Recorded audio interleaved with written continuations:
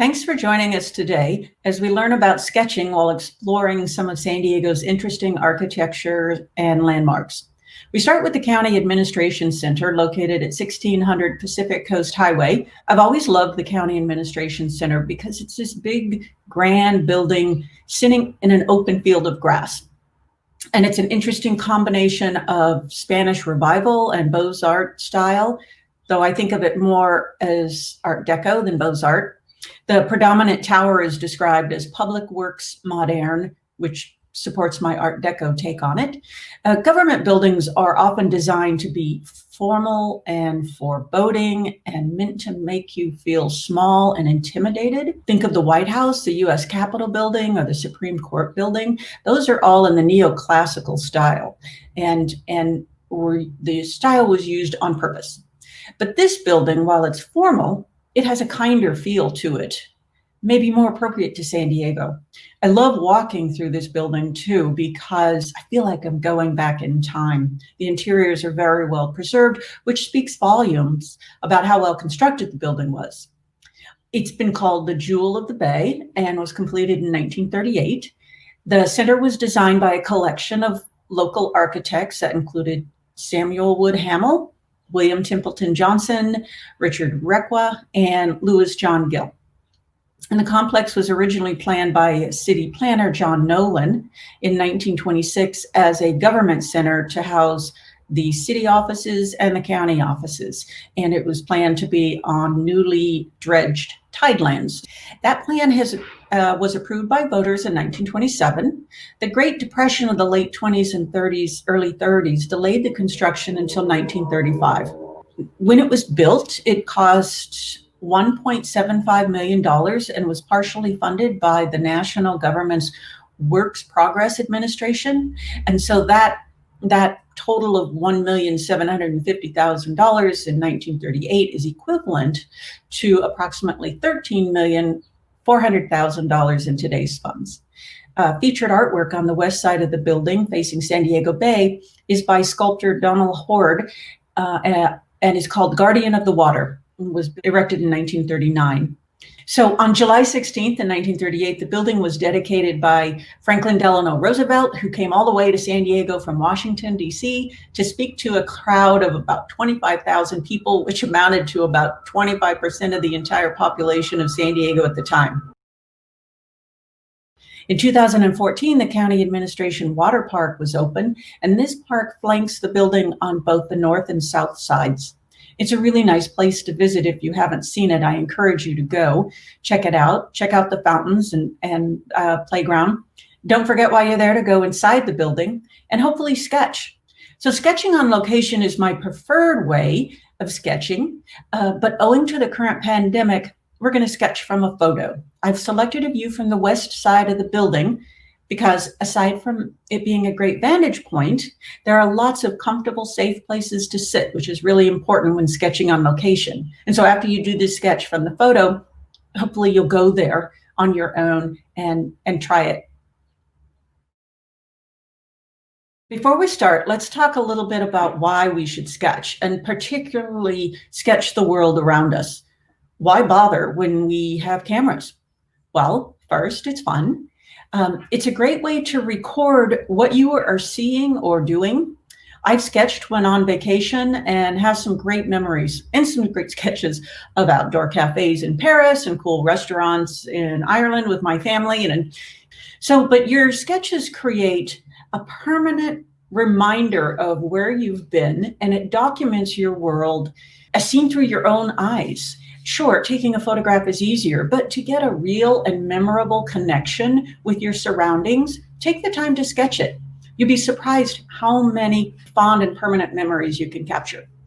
Part of the reason that memory stays with you, aside from the fact that you can look at the sketches years later, but is that as you sketch, you engage your eyes and your mind and your hands all at once. As you look at your subject, your mind is processing it and then directing your hand to translate what you're seeing into lines on the paper. And as you go along, you question what you see and decide what's important enough to document and what's not. You're also breaking down the shapes, and your mind is thinking, well, what am I looking at and how do I transform it into lines? The fact that sketching what we see is as much a mental activity as a mechanical one is a huge reason why architects sketch. It helps us process our creative ideas. The more we sketch what we see with our eyes, the better we can sketch what we envision in our heads. And that's the creative side to sketching. And you may think sketching from a photograph is just copying it and not creative at all, but you are making all kinds of decisions on what you want to draw and then how to draw it, and that's creative. So let's get started. And now we're going to get started. The first step is to study the photo, study the building if you're on site. But here we're studying the photo, and we're going to break it down into some basic shapes. I'm going to take just a piece of, this is just some tracing paper. This is just for demonstration. It's not what I don't expect you guys to do it. But I want to break this drawing down into some simple shapes.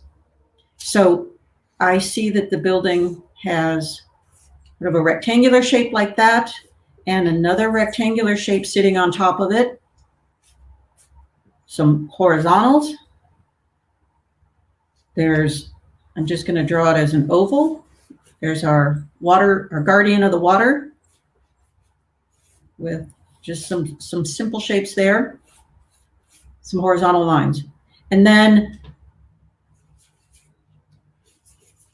the trees, just look at them as if they're just circles.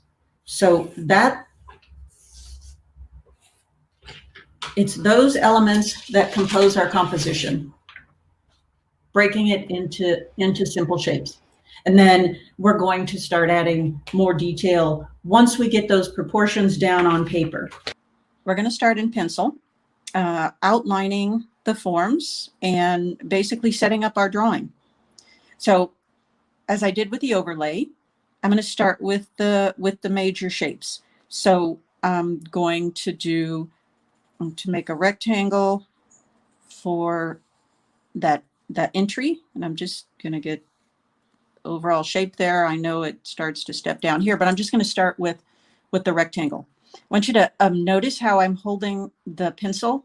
I'm holding it back and loose. There's 3 ways that you'll use your writing implement, whether it's a pencil or a pen.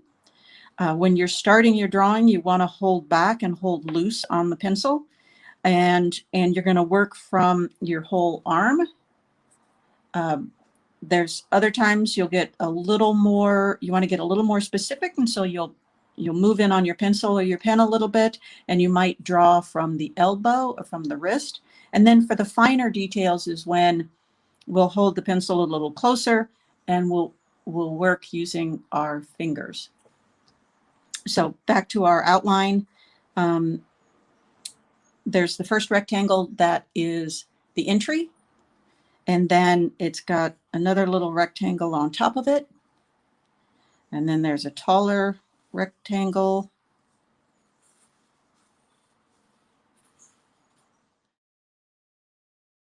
My lines are loose. They're a little wavy. They have some character to them. That's kind of the whole thing about sketching, is your lines have character. It's different than drawing. Drawing, you might want to be more accurate. Sketching is gestural, fun, loose. The idea is not to be intimidated by it. It's awfully hard to make mistakes when you're sketching. And there's a lot of times when I'm sketching something and I'll get the building wrong, but the sketch will still be good. All right, so then maybe the horizontal lines that suggest the roof. Maybe now that I've got my building here, I can give it a little bit of an outline. When I'm sketching on location, I don't usually put the outline here. I'm doing it because we're working from a photo, though, and I think it'll help with the proportions. But when I'm actually sketching on location, I start with the part of the building that seems the most interesting to me. And then it also, when you're sketching on location, it also depends on how much time you have.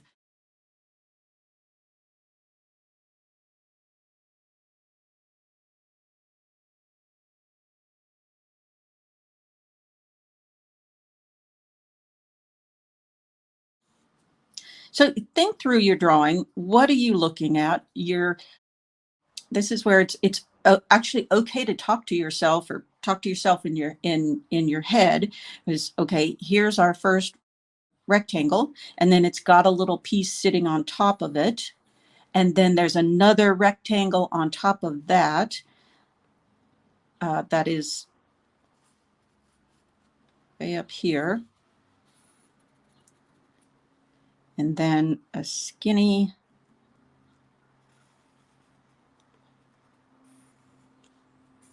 some columns.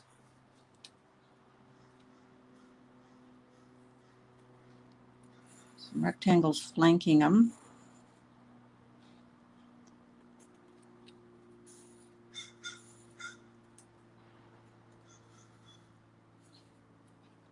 Right, there's you'll see that there are 3 windows here. So there's window, column, window, column, window. The way that I usually do it, when there's an uneven number, I'll take that center piece and I'll split it in half, give it a center line. All right, there's my center one. And then I have the skinnier columns next to it. And then I have window, column, window, column, window. And I'm going to just erase that so you can see what I'm talking about.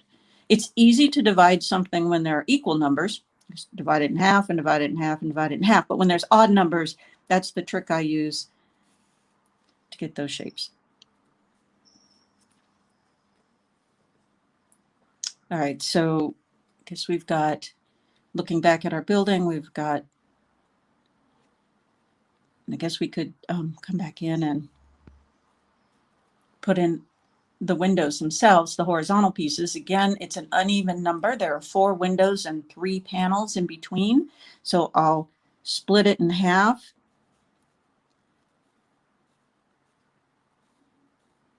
That's the center panel.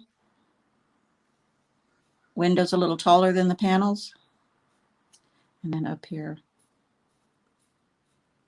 So we have 1, 2, 3, 4 windows and the 3 panels. How's it look so far? My proportions aren't perfect, and you know, that's I'm going to be satisfied with it. There might be a time when, you know, maybe I want to futz with it a little, try to get the proportions a little better, but I don't know if you can tell in my drawing, it looks a little, this area looks a little wider than the photo, but I'm having fun. I'm sketching. It's, again, not a perfect drawing. All right, but I'm capturing the essence of this building. That's the idea. There's some funny little things on top of the columns there. This guy has some funny things off to the side. Maybe we could get this portion of the building here, get the window in there. There's an equal band on the other side. Let's draw our fountain in next. I mean the statue in next. So her waist is about the same height as that band. So we know that. Her head is a little taller than the roof, so hopefully I've got those things in proportion. And then the base of her is about halfway up. Well, maybe what we need to do is draw in the opening here, because we can make a relationship there that'll help us locate parts of the statue. Half circle.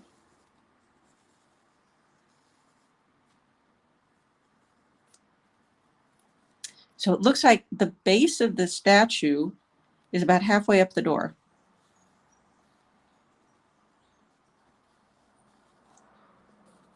And we can see that it's curved a little, just a gentle arc. And then she's standing on a base. You can see that I've started her a little bit too far to the right. That's okay. We're still in pencil. We'll scoot her over.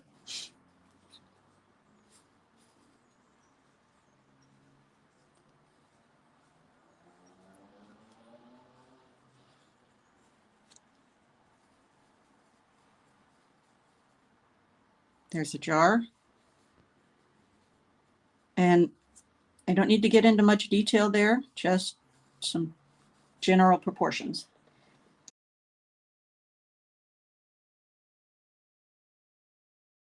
Looks like the base is about equal to the level, the bottom of the door. If we really scrutinize the drawing, it's about level with the steps. So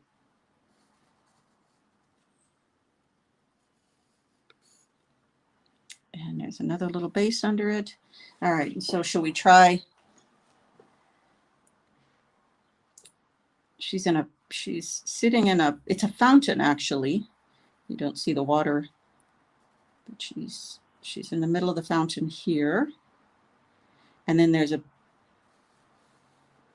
bigger fountain, which is nice and wide. We are almost right at it. So it almost looks like a horizontal line, but there's ever so slight curve to it. Okay, drawing curves and in a sketch like this sometimes can be a little intimidating. Maybe just think of it as a straight line and come up a little on the sides to give an indication that it's going around. How's that look?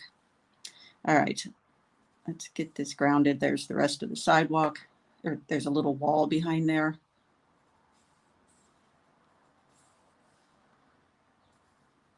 I think one of the other reasons why maybe we don't stress so much the details in sketches is you're looking at it and somebody else is looking at your drawing later.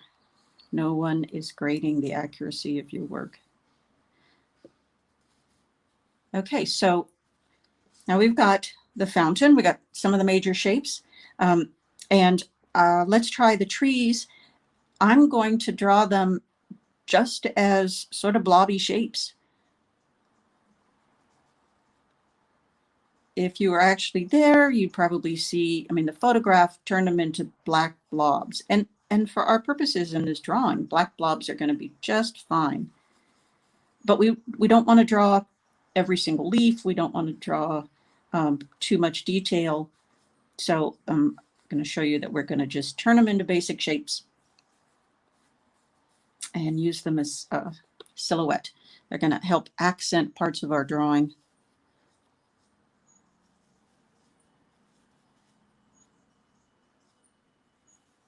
So there's some shrubbery down below. And then these tree trunks are really kind of interesting.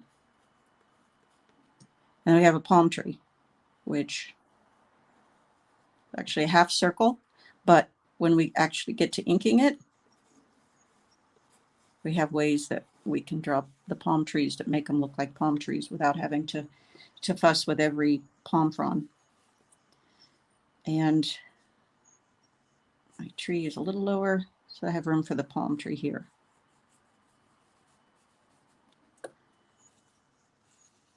And now I can put these windows in a little better.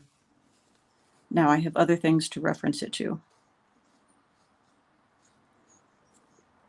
There's a couple of other things I might want to pick up. I might want to pick up the windows that are behind, that you can just barely see behind. It's got some character, gives some character to the building. All right, what else do we need for our pencil sketch, sort of our underlayment? How about the steps at the bottom? You can keep them as simple as just some horizontal lines.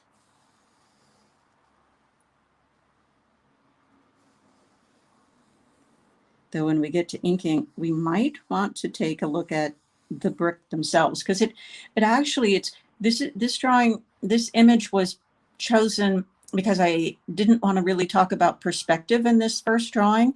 In this first tutorial, we're going to do a series of tutorials, and we're going to find a different building in which to talk about perspective. There are other buildings around San Diego that are much better as much better to draw, that'll help us learn perspective. I'm just going to say one thing about perspective for our drawing's sake. There's always a horizon line, and that is, if we were facing the ocean, it'd be where the sky and the ocean meet. In this case, it's our eye level, which is right about, in this photo, is right about here. And our vanishing point would be where I was standing taking this photo. Actually, this photo was taken by Jerry Schonkweiler. So where Jerry Schonkweiler is standing, there'd be a vanishing point where all the lines recede, all the parallel lines on the horizon recede back to this point. So what I'm getting at is these little bricks are going to, they radiate out from the vanishing point. And so they are parallel if you were looking straight down on them, but they actually create sort of a fan effect. And these are on the top of the step as you're looking down. So the face of the steps are vertical and parallel.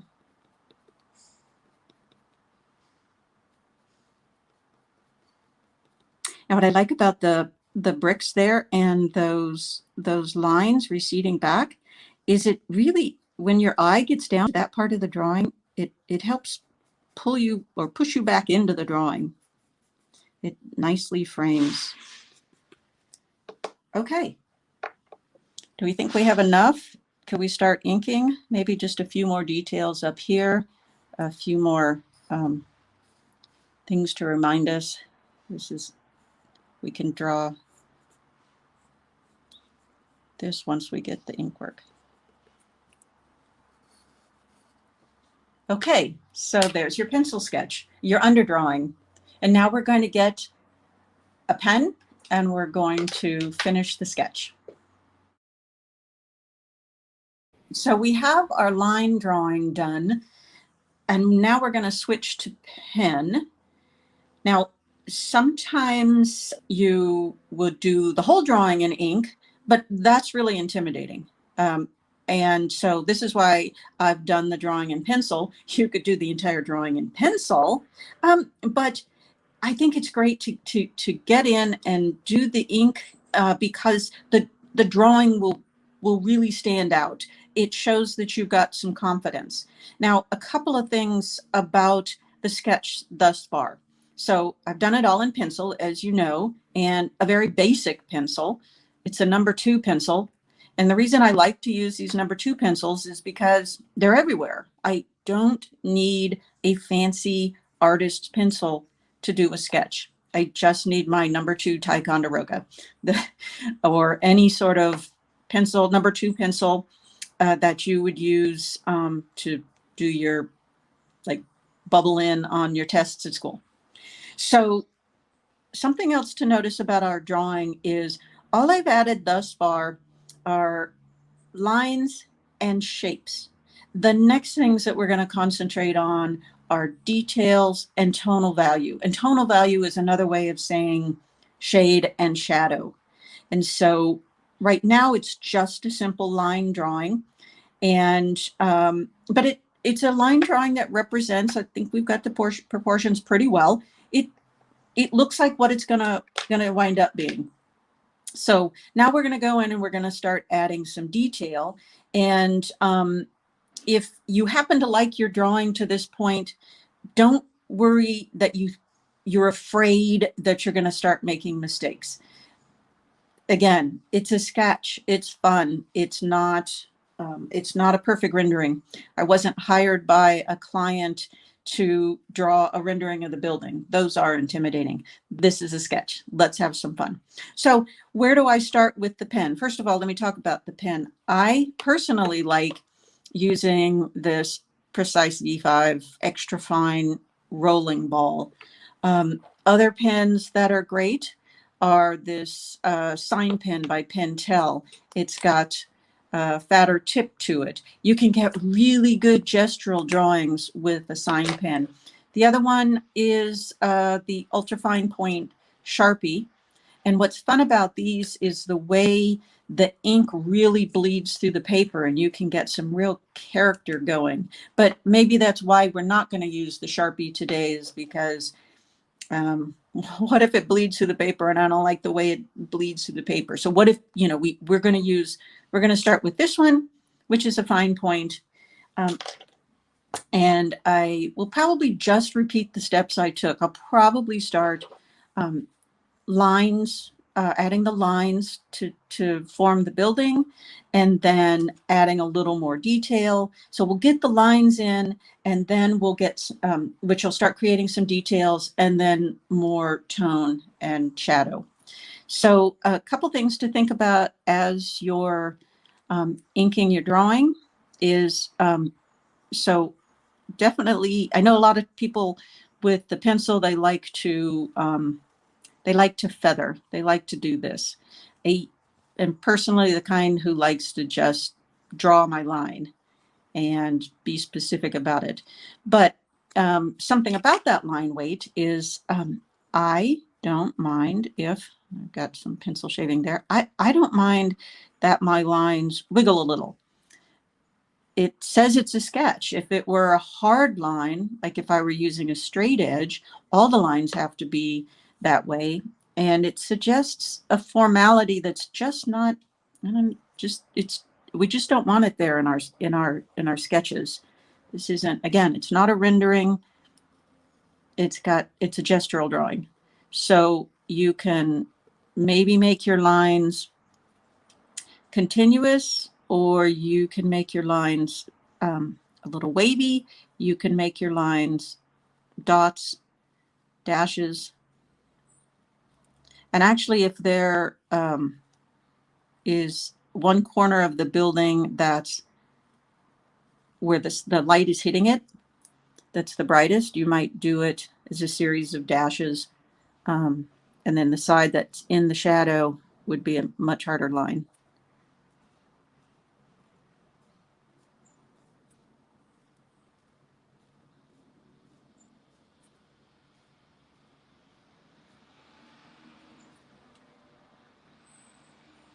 I'm going to go ahead and draw some lines that indicate some shadow even now. A little bit of shadow, where later I'm going to come back and really punch it with shadow. But for now, just some hints. This is also where you can go back and forth and look at your drawing. Look at your photo. So I'm continually back and forth looking at the photo. If I were on the site, I'd be looking up, I'd be looking at the building, I'd be comparing one thing in relation to another. Where does this line happen in relation to the columns down below them? Now we can draw a little bit of information on this grill work. I didn't do it in the pencil just because I didn't need to.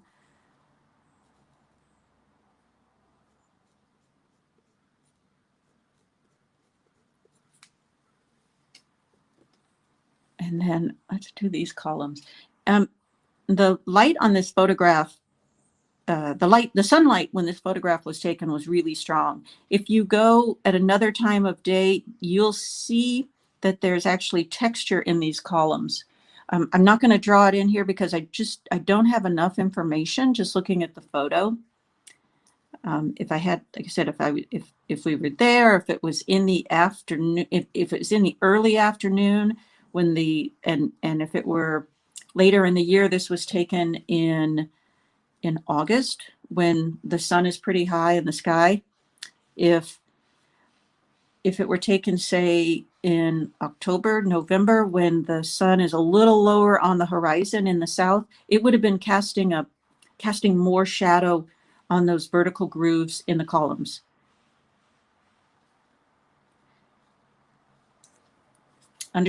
Studying and understanding shadows is a whole art in itself. But for now, we're going to rely on, as we talked about, what we see with our eyes. We're looking, and that's kind of the idea behind this vantage point is what are we seeing? And because we're pretty much straight on the building, our eyes aren't tricking us with perspective. We're able to break it into those shapes easily enough. Okay, I like to add some character on the windows. They're divided into, looks like 6 pieces. I think those are cool details. I don't know what to do about the tiles up in here. I tend to, there's, you know, if you're looking at your photograph, the tiles up there, they're Franciscan tiles, and they're really an interesting part of the architecture, but they're more color than texture. And basically what I've been picking up in this drawing is just picking up those things which have texture. There's some sort of, I don't know what this panel is here. I guess if we were there, it would say County Administration Building. It probably says what year it was built, which we know is 1938. And we currently call it the County Administration Center, but you can see in that photograph that it actually says building. And you can decide, you want to write some letters, you can write some letters, but I'm going to be vaguer about it. Okay, now we get to this arch. You can see that there we may have this a little high. I'm going to lower it just a touch. And you'll also notice that the tile around the sides is what becomes the arch up above. And there's some sort of column capitals over here, a little texture. And even though this is all flat tile, I am going to go ahead and give a nod to the pattern. Maybe I'll do it with just some dash lines. Show that it's different in color.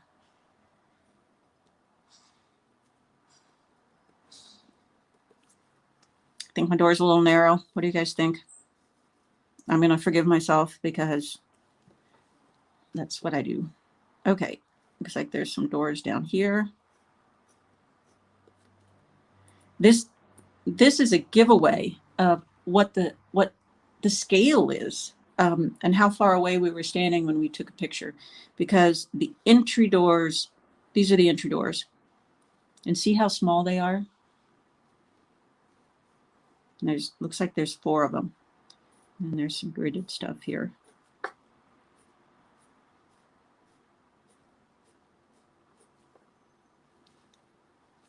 All right. Maybe we want to emphasize the doors a little bit. Maybe not. Okay.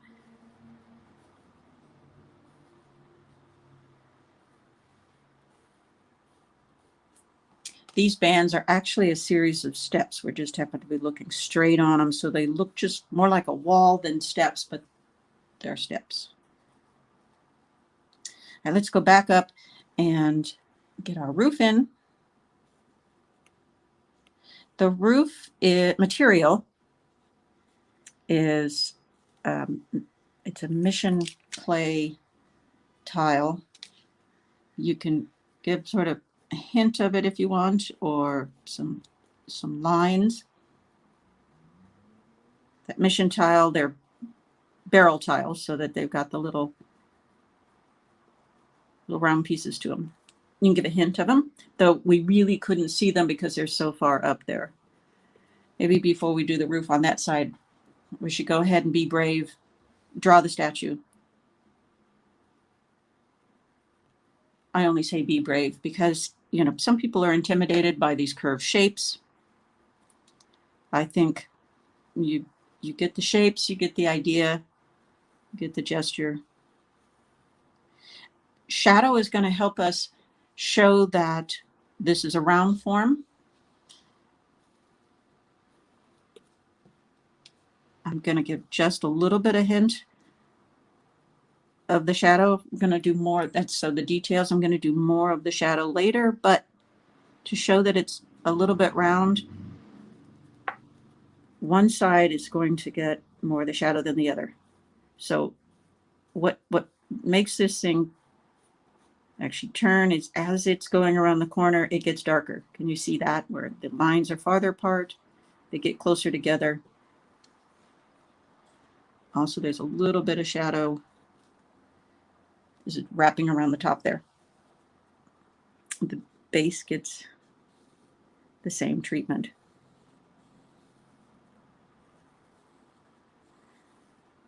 And now you can also see that I'm holding my pencil. I'm still holding it back a little bit, even though I'm doing details. And you could get closer with your pen, but it's a sketch, and so there are not too many times when I'm sketching that I really engage my knuckles. I'm still more hand and fingers, hand and wrist. There, she looks a little bit like herself now. She's got a face.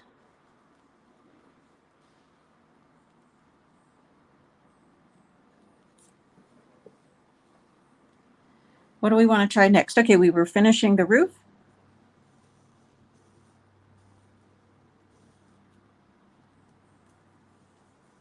You see there's some steps. There's the roof, and then it's got some sort of a cornice detail. Some steps down, so just some extra lines.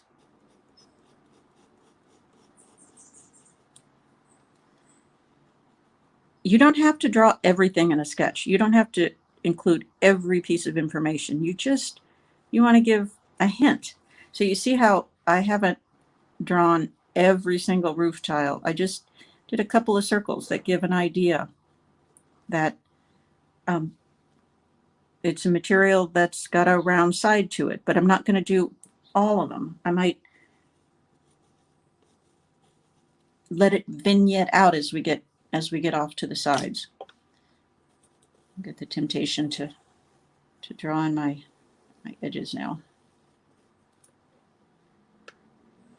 And you can see, I don't know about you guys, back of my hand covered in pencil.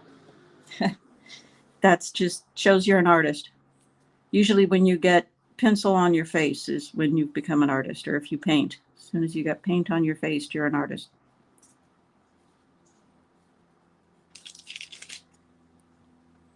Actually, I let this have more curve to it. If you look at the photo, we don't really see that much of the top, but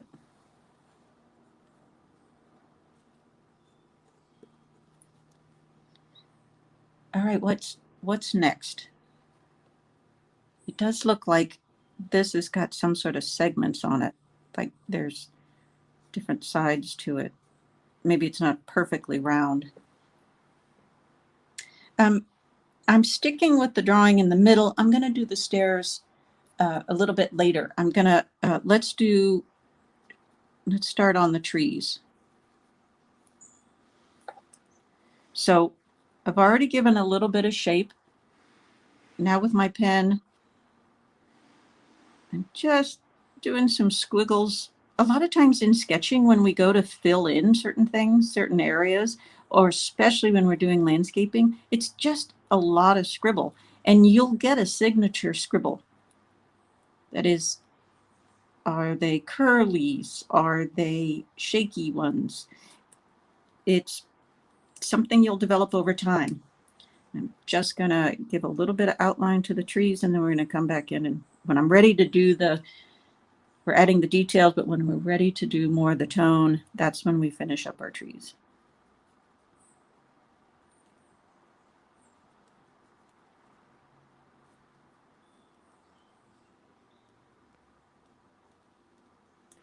Some people like to sketch almost like they start at the top and work their way down.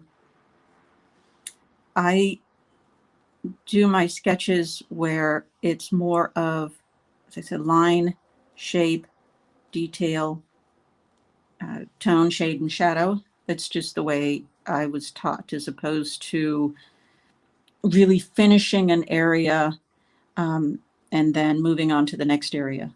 That said, there are a lot of times when, again, when I'm on vacation, I'm drawing what I'm looking at, and I'll start with a piece of the building and I'll get it very detailed. And then I'll realize, I've got another half hour, I've got a little more time, and I'll expand the drawing. So for instance, maybe if I didn't know how much time I had, I would do the tower and I would do it complete. And then I'd see I have more time. Great, let me add some more to the sketch. Definitely once you start putting a border on it, you're not going to go that direction with your sketch, though I suppose you could. But it's just when you're sketching on site or doing any sort of urban sketching, time factors into what your drawing looks like. Okay, so with these palm trees, I'm drawing the leaves like they're little spiky things. They're all at one time doing the line, the shape, the tone, the shadow. Just so I don't have to come back in.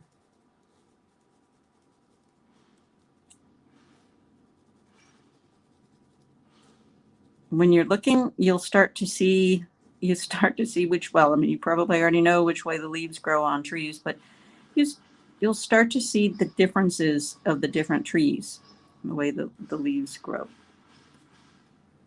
And it's funny to see all the different ways that palm trees grow. All right, how about the windows up here? Let's finish the windows and then see if we can't finish the building and then get on with our tone. There, I just put a little shadow in there because I was afraid if I didn't put the shadow in right away, if I didn't put the shadow in right away, we wouldn't know what that line is. So I guess I drew it like that to just to identify it. Sometimes when we get to the shade and shadow part, you'll a good trick is to squint and see what areas need more work, what areas need punch. I happen to really like, I can see I left off a few lines up here. I really like line drawings. I'm perfectly fine with a sketch that doesn't have shade and shadow. And I think there might be two reasons for that, is because I've always been attracted to drawings that were line drawings, that have a lot of, just the ink is showing the texture. But so there's that, which is line drawings are appealing to me. The other one is there is that fear that if I go in and start adding a bunch of black ink or blue ink or whatever color ink I'm using, I'm going to ruin my drawing. Like, what if I get it too dark in one area? So in some ways, this drawing is almost done. We could say that, we can see what it is. I wouldn't be unhappy with it if we were finished. But there is the whole next step, which gives the drawings real punch. Hello. Okay, now we can start the final part of our sketch, which is to add the tonal values, shade and shadow.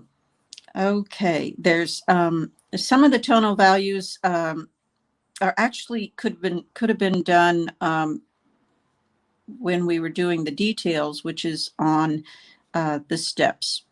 We're drawing in the brickwork, and the more lines, the more detail I put in there, the more it adds to the tone. So if I put in all the lines, and if you look at your drawing, or your photo, and see if I got them too close, if I got them too far apart. But the more lines I put in, the darker it would get. Like, for instance, if, let's just say over here in the corner, I made them a little closer together than they actually are. Now I'm starting to impact the tone. If there had been, something was casting a shadow across the steps, I could use these exact lines and put in a lot of them to create that shadow.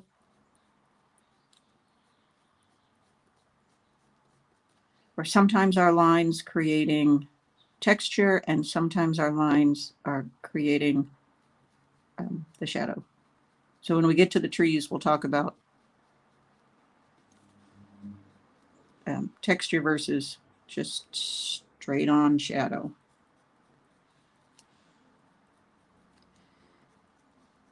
If you're really patient, you draw all the bricks. Don't have to. I think I'll stop there. I think it looks kind of interesting. Okay, let's add a little more shadow.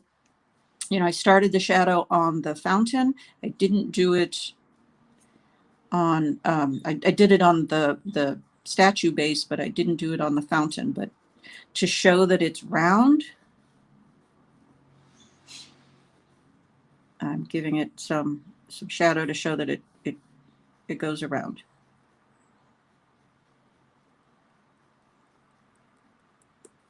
So afternoon sun, the light is coming from here. The shadow is going to be on the left-hand side of all these shapes.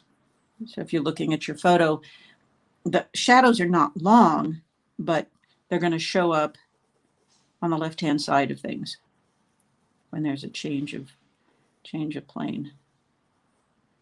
We could use our artist license if we want and add a little shadow. Like for instance, I could make this a little darker as if there was a shadow going across the roof. Nobody's there to tell me that I'm right or wrong. So I'm going to add some extra lines. I'll start adding, so windows are usually set back a little from the face of the building. So you can see that again, the sun is coming from this direction, and it's casting a shadow that shows that these windows are recessed a little bit. So these two lines that I just drew are shadow, and then I'm going to do some cross hatching because the windows themselves look dark. So the shadows are there. That gives the window some depth, and a little bit of cross hatching just because they look dark. So looking up at these windows, all of the windows are recessed a little bit. So each of the windows on their top and sides like this get shadow.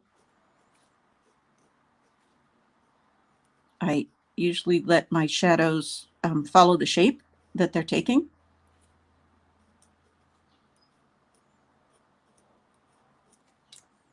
So these are just straight lines. But windows are funny things because they're reflective. And when we go to, you can see that I didn't have that column exactly in the right place. So windows are reflective, and you can see in the photo that there's lights and darks, and it kind of depends on what's happening inside the window. Each of those windows do have a little divider in it, looks like. You can decide to draw those in, don't have to. I think this is what I find is kind of fun. Sometimes is when a building has character, is picking up on those cool little details that give it character. I've just decided that's what I wanted to show. Okay, and then I'm just gonna crosshatch a little bit.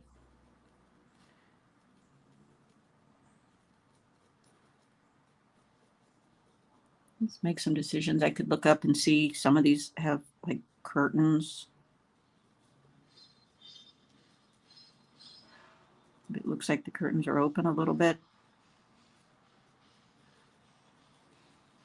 You get to have fun. You get to make the decision. You get to be the decider. What areas are going to get some details.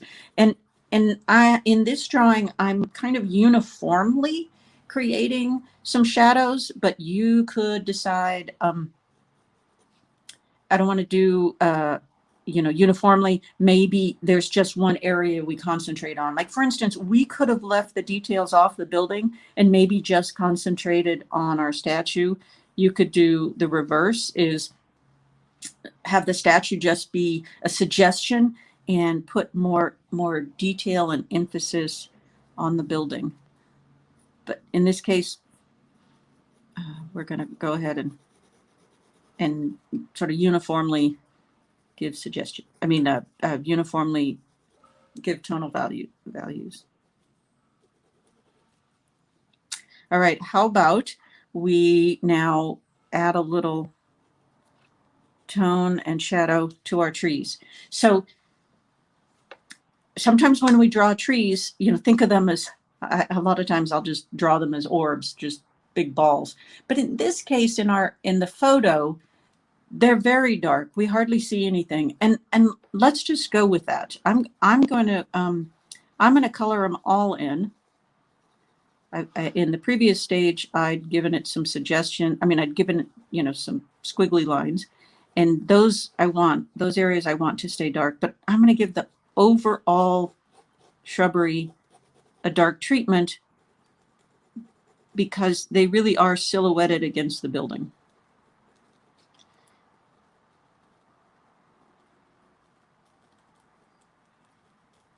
Now here's where I had to make a decision. I went ahead and colored them in, and there's no turning back now. This is why I sometimes say that okay, admittedly, it's this phase that's the scariest, because what if turning that into a big black silhouette really ruined the drawing? I think we're okay. I think it looks pretty good, everything in relation to each other. But we do need to get the rest of the shrubbery colored in. If you are not particularly patient with drawing, this would be the area that you would try to find lots of shortcuts to get through. This is also a good area if you don't have that much patience. This is where you get watercolors and you start coloring in your drawings. A lot of people, a lot of urban sketchers like to use watercolors. They'll do their ink drawings and get to the line stage, the part where we just were, and then this whole phase they would do with watercolor. I haven't done much with watercolor, only because it's like pen and pencil is a good grab and go method. All right, now we're going to color in this tree.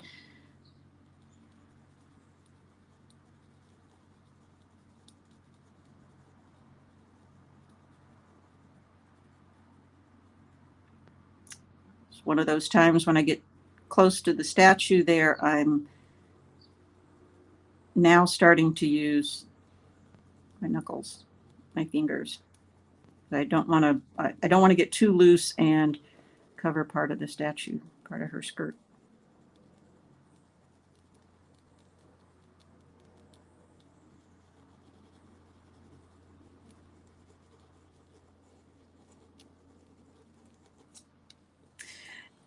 Okay, so this is the area where stand back, look at your drawing, squint if you need to see there overall, is there anything I'm missing? What else do I want to do?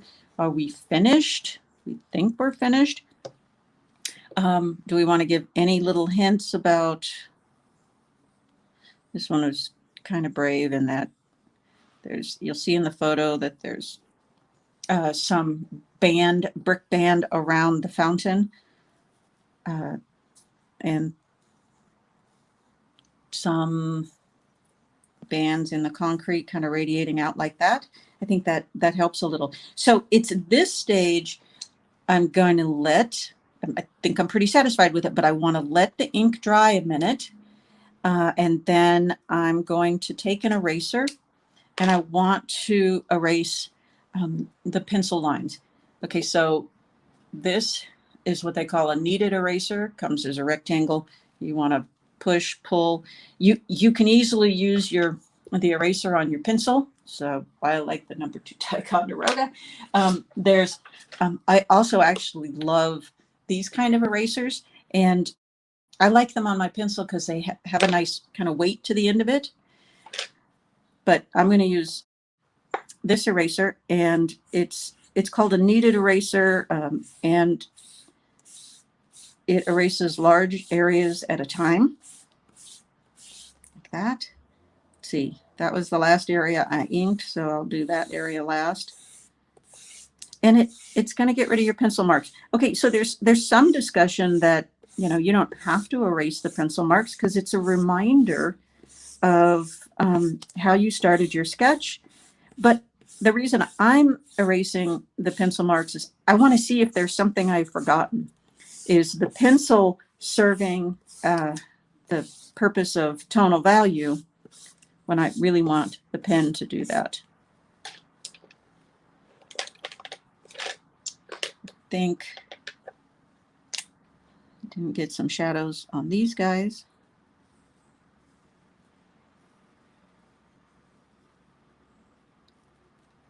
There's some fun little details in here. There's some fun little details over here that if you wanted to, you could add.